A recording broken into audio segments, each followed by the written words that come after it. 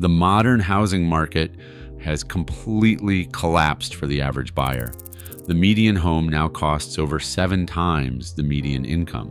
That means hundreds of thousands of dollars that take decades to pay off. And yet, the ground beneath your feet is a structurally superior, fireproof building material that has stood for over 500 years. It has been quietly legislated out of existence. Homes can be built from compacted dirt for as little as $5,000. They were banned not because they fail, but because of who profits when they are forgotten. A generation ago, the dream of owning a home was a promise, not a gamble. Today, that dream feels rigged. The numbers are unforgiving.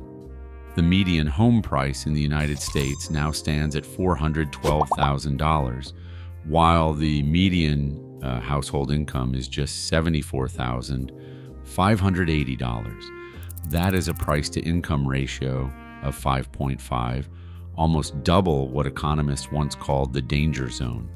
In cities like Los Angeles and San Francisco, the ratio blows past 9 or even 10. The standard for affordable used to be 3 times your income. Now, even families with 2 solid paychecks are locked out. Nearly half of all renters, 49.4%, spend more than 30% of their income just to keep a roof overhead. For homeowners, the figure is 28.5%. The number of Americans who are severely cost-burdened, sinking at least half their income into housing, has never been higher.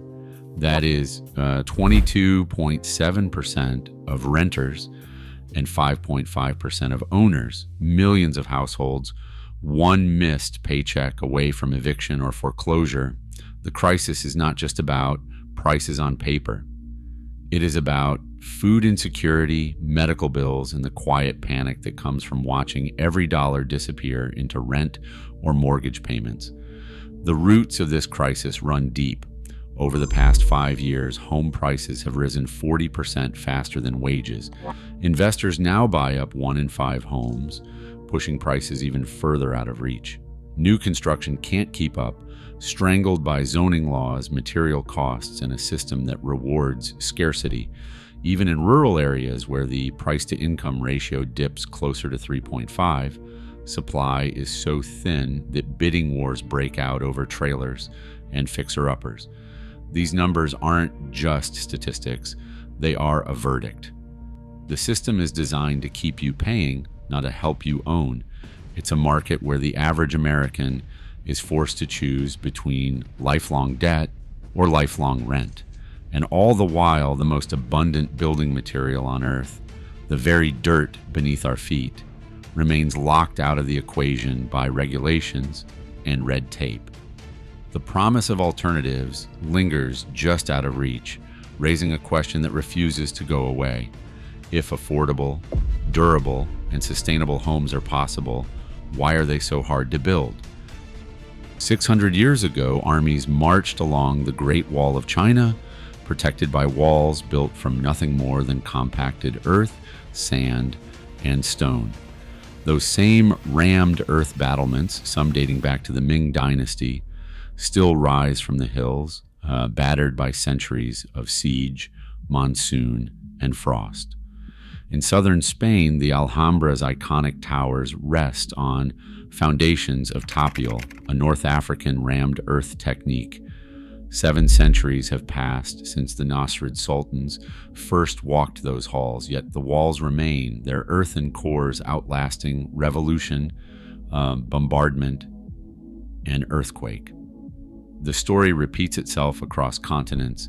The Great Mosque of Djenné in Mali, a UNESCO World Heritage Site, stands as the world's largest mud building. Its walls, shaped by hand from local earth, have weathered Saharan winds and tropical rains since at least the 13th century. In the United States, the Burrow House and the Church of the Holy Cross in South Carolina, built in the early 1800s using pièce de terre, still shelter congregations and families. Jessica Golubiowski, a conservation specialist at Clemson University, has spent years studying these American survivors.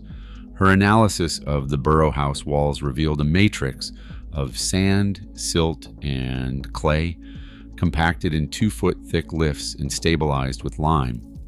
Chemical tests confirmed the original material's compressive strength still rivals modern brick.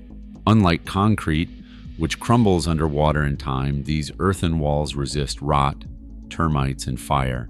Restoration efforts focus on keeping the lime plaster intact, not on patching structural failures. The archaeological record is blunt. Properly built and maintained, earthen structures can last 500 years or more. The science behind their longevity is simple: density, mass, and careful compaction. Each layer is tamped until it rings like stone. The result is a monolithic wall immune to the rot and insect damage that plagues stick frame homes. In the right climate, with a good hat and boots, meaning wide eaves and a raised foundation, these buildings shrug off the elements. Yet despite this record, most building codes treat earth as a relic, not a solution.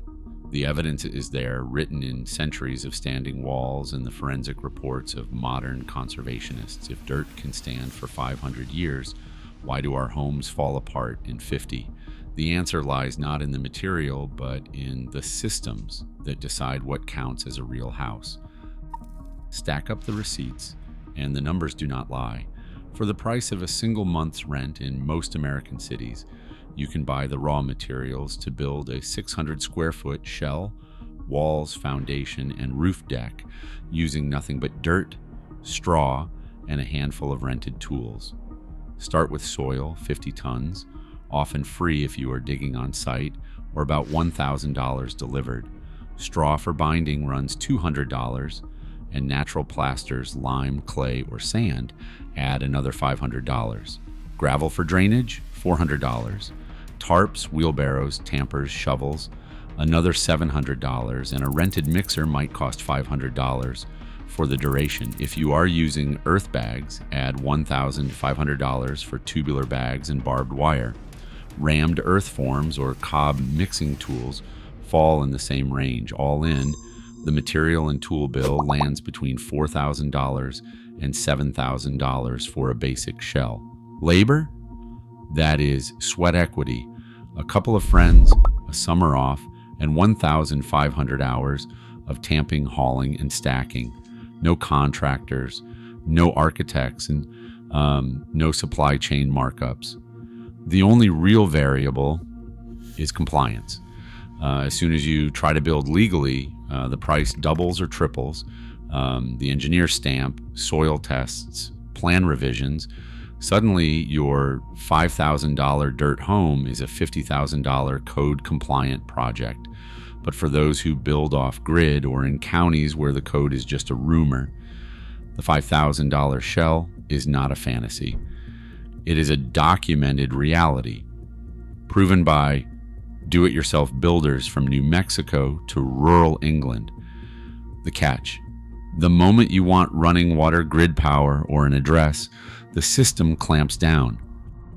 Oliver Atwood, a materials researcher based in the American Southwest, set out to measure what a 2-foot thick rammed earth wall actually does for comfort. He installed thermocouples, tiny temperature sensors, at intervals from the outer surface to the interior of a test building. For 3 months, the sensors logged every swing in desert heat and nighttime chill. Outside, temperatures spiked from 6 degrees Celsius before dawn to 36 degrees Celsius by late afternoon, a brutal 30-degree swing. But just 12 inches inside the wall, the temperature never budged more than 4 degrees Celsius over a full day. At the core, the daily chain barely nudged 1.5 degrees Celsius. Atwood's logbook tells the story in numbers. While stick frame houses rely on insulation to block heat, earthen mass absorbs, stores, and releases it slowly, flattening the wildest temperature swings. The result is a living space that feels steady and cool, even as the world outside bakes or freezes. No air conditioner, no furnace, just the silent inertia of 24-inch thick earth, holding the line against the elements. This is not theory or nostalgia. It is raw data, logged hour by hour, showing that a wall made from local dirt can outperform the synthetic walls of modern suburbia. The comfort is not just psychological, it is measurable, and it is built into the physics of mass. For Atwood, the evidence is clear. Thermal mass is not a buzzword, it is a shield, and it comes free with every shovel of earth. Wildfire can turn stick-frame suburbs to ash in minutes, but a 2-foot thick earthen wall does not burn. In California's 2018 fire season, rammed earth homes in Napa and Sonoma counties stood untouched, while entire neighborhoods vanished. The reason is simple: earth does not combust. Lab tests rate properly built rammed earth as Class A non-combustible, able to withstand temperatures over 1,000 degrees Celsius, hot enough to melt aluminum siding and warp steel beams. Insurance adjusters and firefighters have walked away from these walls, shaking their heads, finding nothing but smoke stains where vinyl once dripped off neighboring homes. Storms bring a different threat. In hurricane country, wind speeds above 200 miles per hour rip roofs from houses and scatter debris for miles. But monolithic earth walls, with their sheer mass and absence of seams, resist the kind of uplift and racking that shreds lightweight construction. Reports from Florida and the Caribbean document earthen structures weathering hurricanes that leveled conventional homes. Their walls still plumb, their roofs still anchored. Seismic risk is the final test. On university shake tables, stabilized earth walls have been subjected to simulated earthquakes, with peak ground accelerations matching those of the 1989 Loma Prieta quake over 0.6 G. Properly reinforced, these walls flex and crack but stay standing, absorbing shock through density and continuous mass. Stick frame houses designed to sway often collapse when connections fail. Earthen structures, when engineered with buttresses and ring beams, have survived real earthquakes in Nepal and New Zealand that brought modern concrete to the ground. The evidence is there in disaster records and engineering labs. So why do building codes treat earth as an outlaw material, demanding expensive tests and engineer stamps for every project? If homes can survive fire, storm, and quake for centuries, what exactly are we protecting when we ban the oldest, safest building technique on Earth? Try to build a legal earthen home, and you'll run straight into a wall of paperwork, one that costs more than the dirt, the tools, and sometimes even the land itself. Before a single shovel breaks ground, the system demands proof, structural calculations, soil analyses, seismic reports, wind load diagrams. Every test is a toll booth.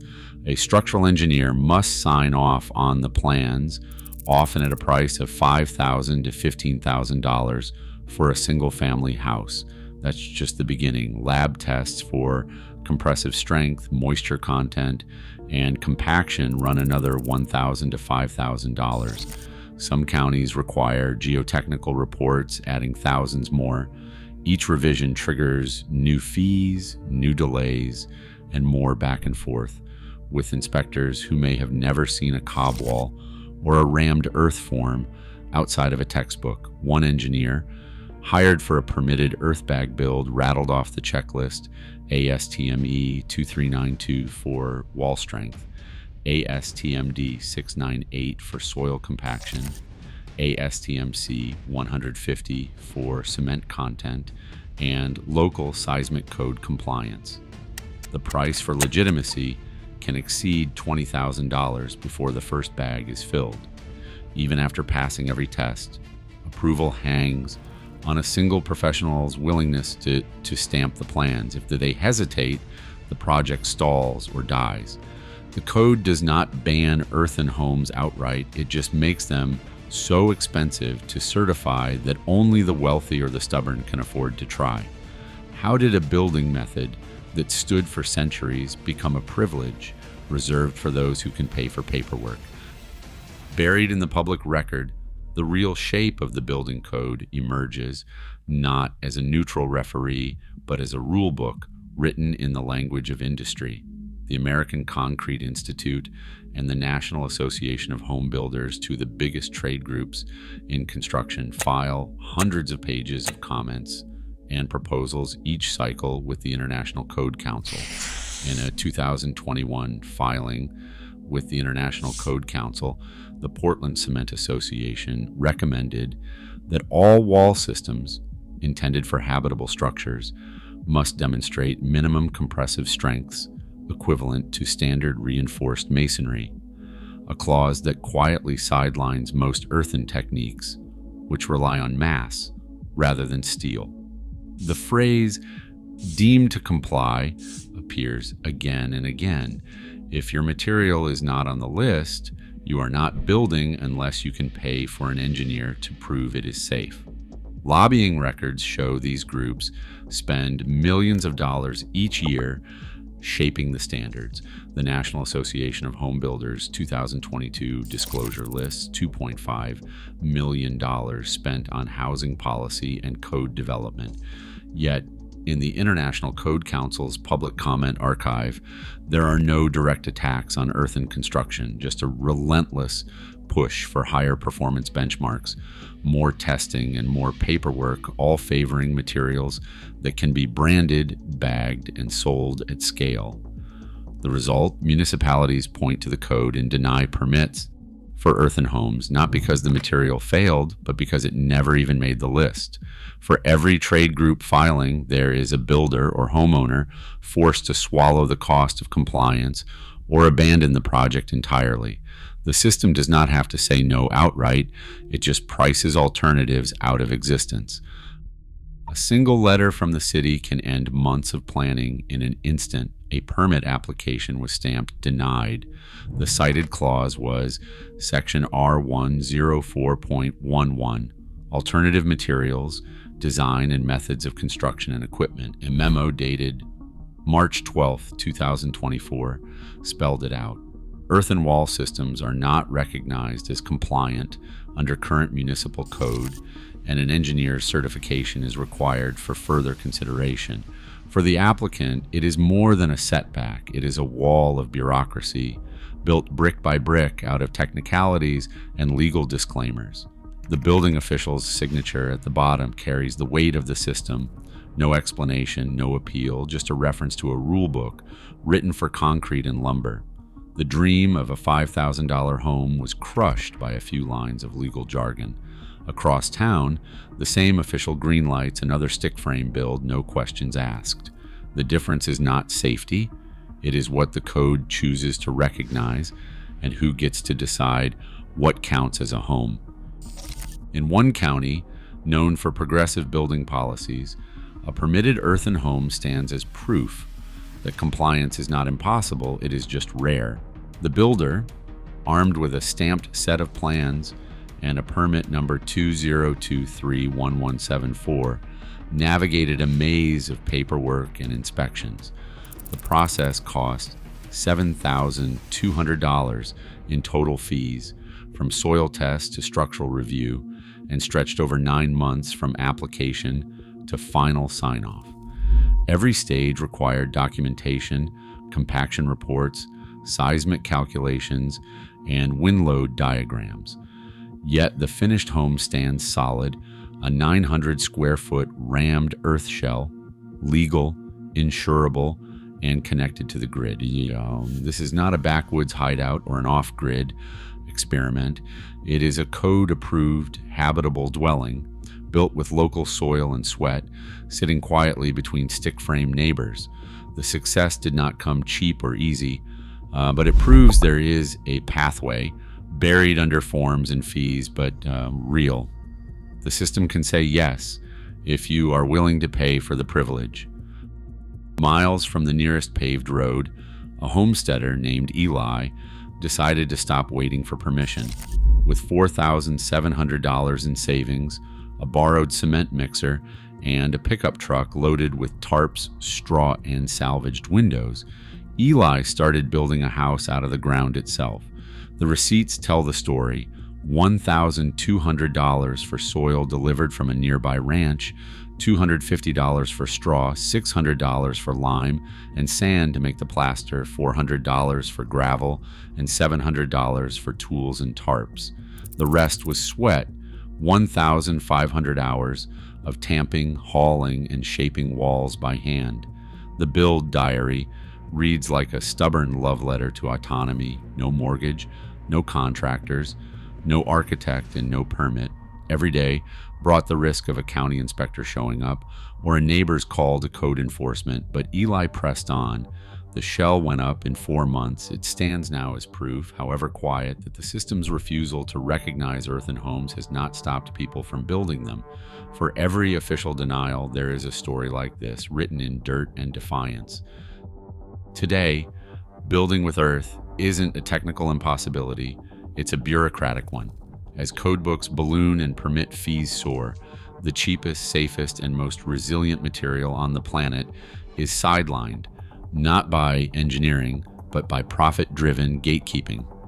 The housing crisis persists, while viable solutions sit in plain sight buried beneath paperwork. The question now is who benefits when shelter is made scarce? Share your thoughts below.